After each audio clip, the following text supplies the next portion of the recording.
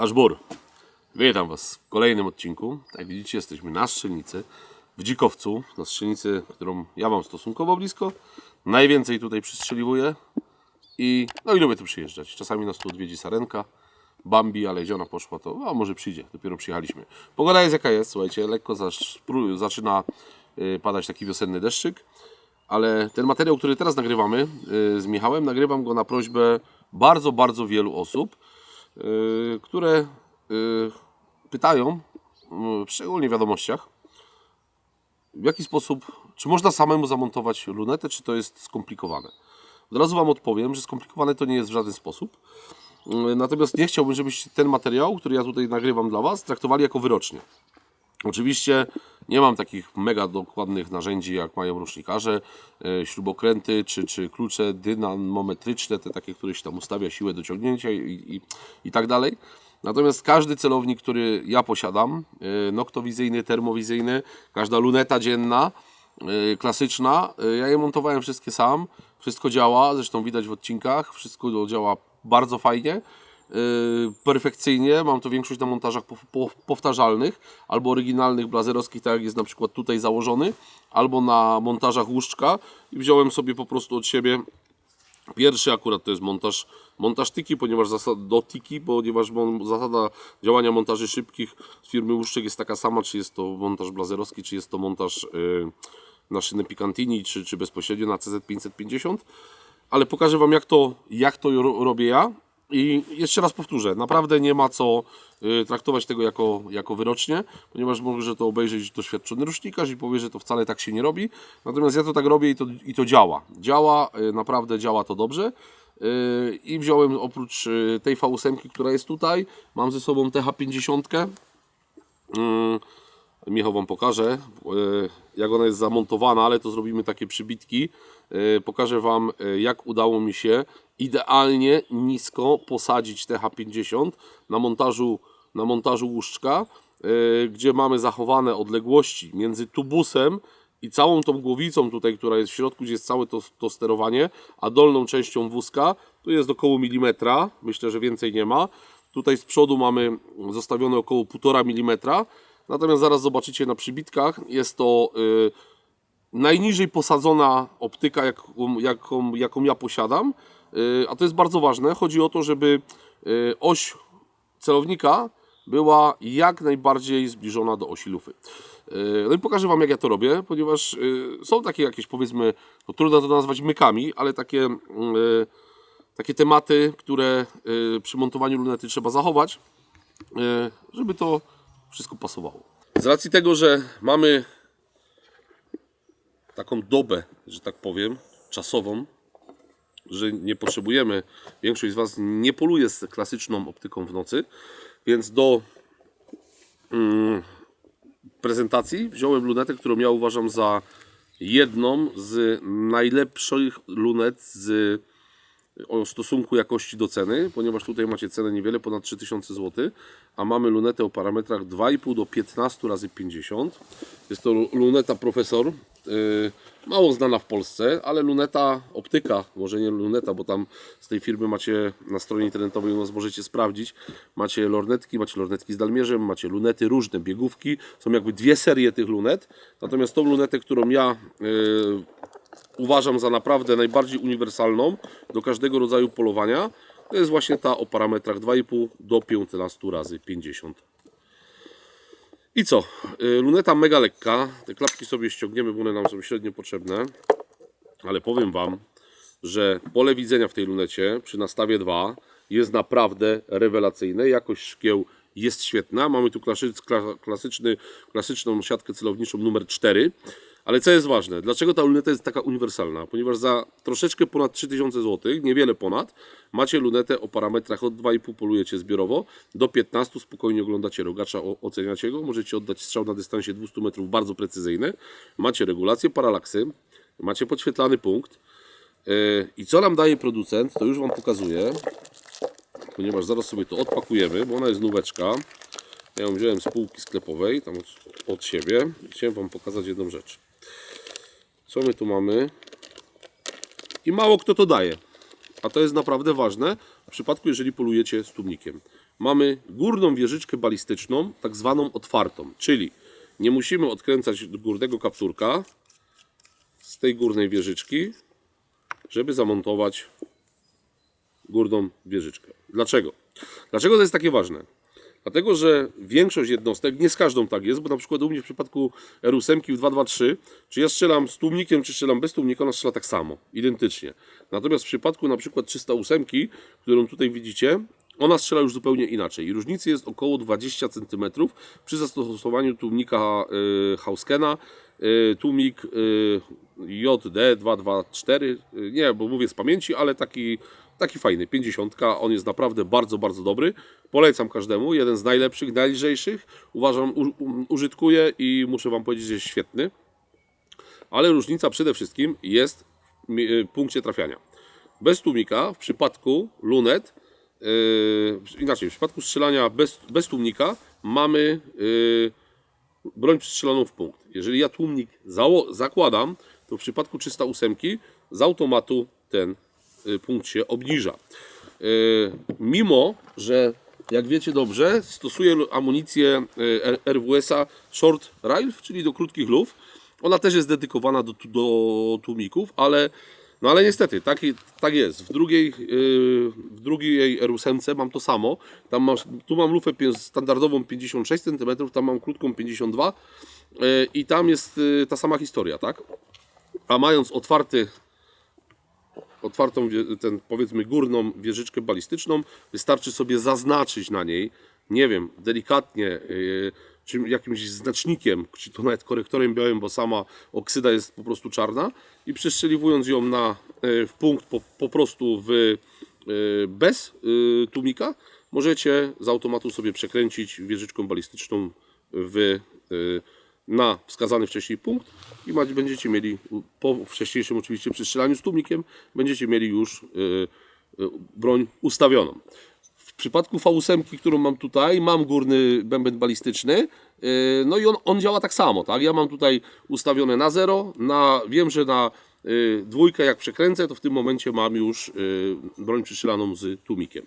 Natomiast tutaj różnica cenowa jest naprawdę duża, no i fajnie, że producent coś takiego daje.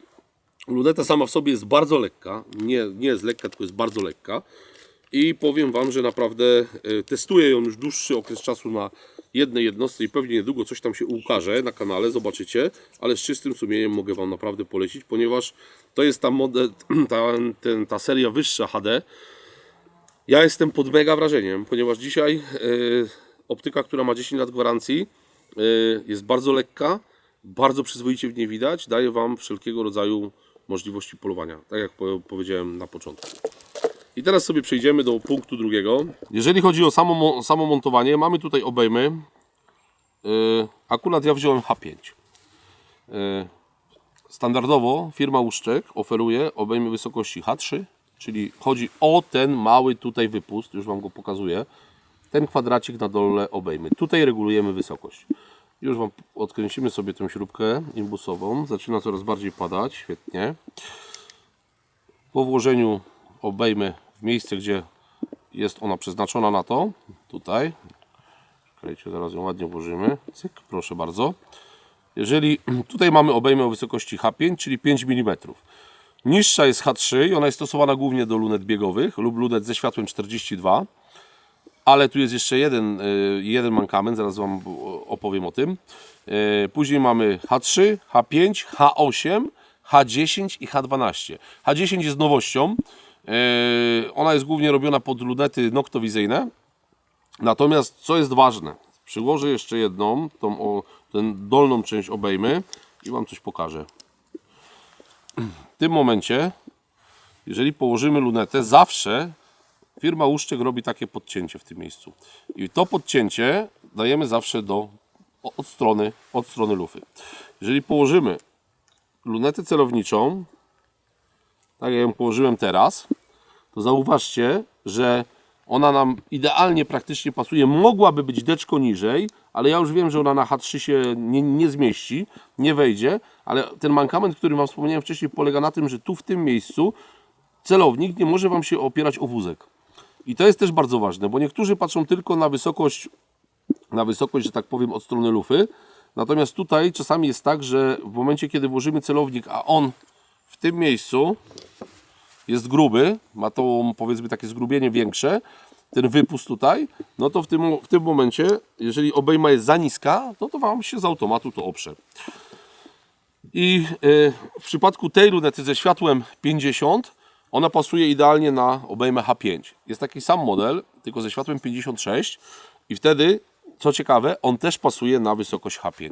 Nie musi się dawać wyższych. Na H3 nie wejdzie, ale na H5 jak najbardziej. I teraz jedna rzecz. Ja jak montuję sobie optykę samemu lub dla kogoś, kto przyjedzie, kupi, to bardzo często tu przyjeżdżamy z klientami, montuję, przystrzeliwuję, bo z reguły to nie montujemy tego tutaj, tylko montuję to w domu. Natomiast tutaj już przyjeżdżamy ze sprzętem gotowym, że tak powiem, do przystrzelania. Robimy to tak. I to też uwaga dla Was jest bardzo, to jest najważniejsza chyba uwaga całego odcinka.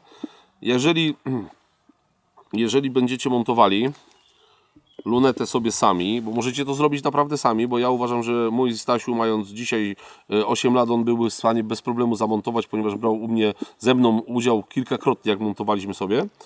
Pokazywałem mu wszystko. Te śruby nie przykręcacie w ogóle w tej chwili, na początku nie przykręcacie je na siłę. Tylko one mają być po prostu luźne, tylko po to, żeby te obejmy też były luźne. One mają mieć tutaj ruch. I teraz Wam powiem dlaczego. Ponieważ w momencie, kiedy wkładacie celownik, tak jak Wam mówiłem, obiektywem do tego wycięcia zawsze, wkładacie celownik, on Wam się idealnie ułoży. Jeżeli Wy przykręcicie je na początku mocno, no to w tym momencie, jak ona będzie minimalnie zeskosowana, no nie wiem, to może być 0,1 milimetra, to już jakby luneta będzie miała naprężenia. Ponieważ tubus jest z jednego kawałka. A teraz w tym momencie ona się po prostu rusza, zarówno, no tu jest nieprzykręcona, więc wiadomo, że się będzie kręcić, ale prawo-lewo również te obejmy mają tolerancję i mają ruch. Te śruby zawsze zdążycie przykręcić. Naprawdę, zawsze zdążycie i nie ma pośpiechu, żeby je przykręcać od razu. Większość lunet montujemy, oczywiście każdy montuje pod siebie, chodzi o odległość do oka. W momencie, kiedy cofniecie ją, większość, to zdecydowaną większość, którą ja montuję mniej więcej tak, że one są dosyć, ta pierwsza obejma od strony kolby jest dosyć blisko całych wieżyczek balistycznych i z reguły to pasuje, ale oczywiście ktoś jest niższy, ktoś jest wyższy, mamy wtedy tolerancji bardzo dużo i możemy tą lunetę przesuwać. Ale większość lunet jest zamontowana w ten sposób, żeby było wygodnie. I wtedy zakładamy dopiero obejmy górne. I coś Wam pokażę. Jak będziecie przykręcać teraz na spokojnie, to zawsze, ale to naprawdę zawsze, przykręcajcie sobie dwie śruby. Nigdy nie dwie śruby po przekątnej. Nie przykręcajcie nigdy dwóch śrub z jednej strony i dwóch śrub z drugiej strony, tylko zawsze po przekątnej stronie. Tutaj możecie to dokręcić, powiedzmy, wstępnie, ale nie do końca. I z drugiej strony też dokręcacie, a już Wam powiem dlaczego. Chodzi o to, żeby w momencie dokręcania jednocześnie z jednej i z drugiej strony dociągać obejmę do tubusa. Więc tutaj w momencie, kiedy ją przykręcicie, ja to robię zawsze sobie tak, że ją sobie przykręcam wstępnie, później drugą stronę. Jak już mniej więcej czuję leciutki opór, ale dosłownie bardzo lekki, przestaję kręcić, przykręcam obejmę numer 2. Ale też tylko na dwie śruby. Więc sobie załapiemy ją tutaj.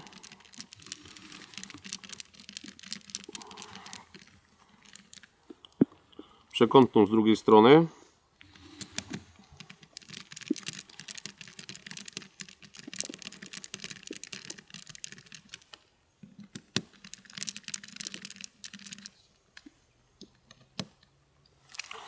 I w tym momencie luneta już jest dokręcona. I teraz już nawet jeżeli poczujecie lekki opór, to naprawdę ciężko będzie ją przekręcić. Więc ja sobie już, jak ona już jest ustawiona i złapane mamy górną część obejm, dopiero teraz odwracam na drugą stronę i dokręcam obejmy od dołu. Ale też nie mocno, w miarę, powiedzmy w miarę.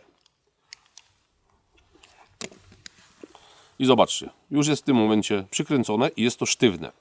I dopiero teraz, po założeniu na jednostkę, biorę sobie, delikatnie luzuję ale naprawdę to jest 1/3 obrotu, każdą. O. I wtedy dopiero jak już jest to na jednostce, ustawiam sobie poziom. Ona wtedy się rusza, ale tylko w obejmach. Ona już nie ma ruchu tutaj między wózkiem a obejmą, tylko rusza się w tym miejscu. Po zamontowaniu na broni ona już jest sztywno i w tym momencie możemy regulować, ustawiając poziom. Ja ją dokręcę, żeby ona nam tutaj się nie regulowała przez chwilę i coś Wam jeszcze pokażę. Ponieważ szybkie montaże z łuszczka, które są, uważam, naprawdę dobre, polska firma, tutaj pozdrowienia dla Michała, bo zrobił kawał dobrej roboty. Jeżeli chodzi o w jaki sposób ustawiać dociąg montażu. To powinniście zrobić na początku, ponieważ oczywiście na każdej jednostce ten dociąg będzie działał inaczej. Tutaj mamy klapki. W momencie, kiedy wstawiamy jednostkę, znaczy wstawiamy wózek na broń, to w tym momencie te klapki powinny się zapinać w miarę ciasno, ale nie na siłę. A jak to wyregulować, już Wam pokazuję. To możecie zrobić oczywiście w tym momencie, jak już sobie odkręcicie obejmy, bo ja to robię na początku, powinniśmy chyba od tego zacząć, ale Wam pokażę zaraz. Można odkręcić obejmy, ściągnąć wózek, widzicie? I jeszcze co ciekawe, jak już będziecie mieli to przystrzelane, ustawione, będzie to dokręcone na zero, odkręcicie w ten sposób, oddzielicie wózek od obejm, włożycie z powrotem i ona będzie tak samo strzelać, ona się nie przestawi. Tutaj mamy te zapadki. Oczywiście to wchodzi na, powiedzmy potocznie mówiąc, na siodło. I teraz ten dociąg regulujecie poprzez dokręcanie tej śruby. Ale zanim ją zaczniecie dokręcać, to tutaj są kontry. Tu macie kontrę jedną i tu macie kontrę drugą. One fabrycznie są odkręcone. Te kontry sobie jeszcze bardziej poluzujemy. One są na taki mały imbus. Nie wiem jaki to jest numer. 1 chyba? Czy 1,5? Nie pamiętam. Ja je sobie luzuję. Ale nie wykręcacie w całości. Musicie je poluzować. I powiedzmy, że potrzebujecie tą część montażu dociągnąć bardziej, ponieważ zapina się za luźno. Więc tu mamy z boku śruby. Dokręcacie. Nie, tylko to nie możecie kręcić 5 obrotów. Ja to robię mniej więcej co 1/3 obrotu i wtedy sobie sprawdzam, jak mi się to zapina. Jeżeli ten dociąg już jest na tyle mocny, ale to nie ma być, że musicie to zapinać na siłę. To tak nie może działać. Te montaże są tak stworzone, że on się ma zapiąć z takim lekkim użyciem siły. Jak jest ok, to w tym momencie dokręcacie kontrę. Cyk. I cyk. Te śruby są tylko po to, żeby skontrować. Więc one nie muszą być znowu dociągnięte nie wiadomo jak mocno, ale są tylko po to, żeby skontrować montaż. Więc można sobie z powrotem założyć. Tak jak ja tutaj miałem przed chwilką, cyk. To wszystko pasuje jak klocki Lego. I naprawdę miałem ostatnio klienta, kupował TD70L, swoją drogą świetny celownik Infireya. No i też miał obawy, czy on sobie da radę z tym. Brał to na montaż blazerowski i powiem Wam, że nie można sobie nie dać rady. Naprawdę działa to, to jest wszystko proste, tylko trzeba chcieć. No, ja też się tego uczyłem, nikt mi tego za bardzo nie pokazał, no ale tutaj naprawdę nie trzeba mieć skończonej fizyki kwantowej, żeby coś takiego robić. Tylko trzeba zrobić to przede wszystkim ze spokojem i z wyczuciem. No i teraz już mamy ustawioną, zamontowaną wstępnie lunetę. Możemy ją założyć na jednostkę, no i przystrzeliwać. Tak? Brakuje nam oczywiście 4 śrub, które powinniśmy tutaj dokręcić. Ja na potrzeb programów nie będę ich wkręcał, ponieważ nie zostawiajcie nigdy na 2, tylko obejma ma każda po 4 otwory i 4 śruby są potrzebne, więc trzeba dokręcić 4. No nie będę tego dokręcał, bo za chwilę to będę rozkręcał. Więc tak zamontowany celownik możecie spokojnie przystrzeliwać. I samo dociągnięcie tych śrub, jeżeli będziecie to robili po przekątnej, mówię o tych 4 górnych, róbcie to z wyczuciem, nie na siłę. Nie są to śruby, słuchajcie, z wagonu kolejowego, tylko są to naprawdę śrubki drobne. Natomiast sama budowa tego montażu i odpowiednie założenie nie powoduje tego, że wy musicie używać nie wiadomo jak wielkiej siły, żeby to, że tak powiem, zamontować. To musi być zrobione z wyczuciem. Jak ktoś nie ma wyczucia w rękach, to lepiej dajcie to komuś, kto takie wyczucie ma, ale no nic tu nie może być zrobione na siłę. Zamontowałem tej optyki masę, bardzo dużo. I powiem wam, że no nigdy się nie zdarzyło tak, że coś nie pasowało. Tylko pamiętajcie o jednej rzeczy, to są montaże fabryczne, można powiedzieć. Jeżeli mówimy o montażach hakowych, o montażach obrotowych, o montażach klejonych, a jeszcze odnośnie kleju. Niektórzy dają na te śruby klej. Ja nie daję, nigdy nie dawałem i nie zamierzam dawać, ale jest taki specjalny klej do dostania w Castoramie, nie pamiętam jak się nazywa, wiem, że jest niebieski. Można ten klej założyć, wtedy się w ogóle nie będą rozkręcać.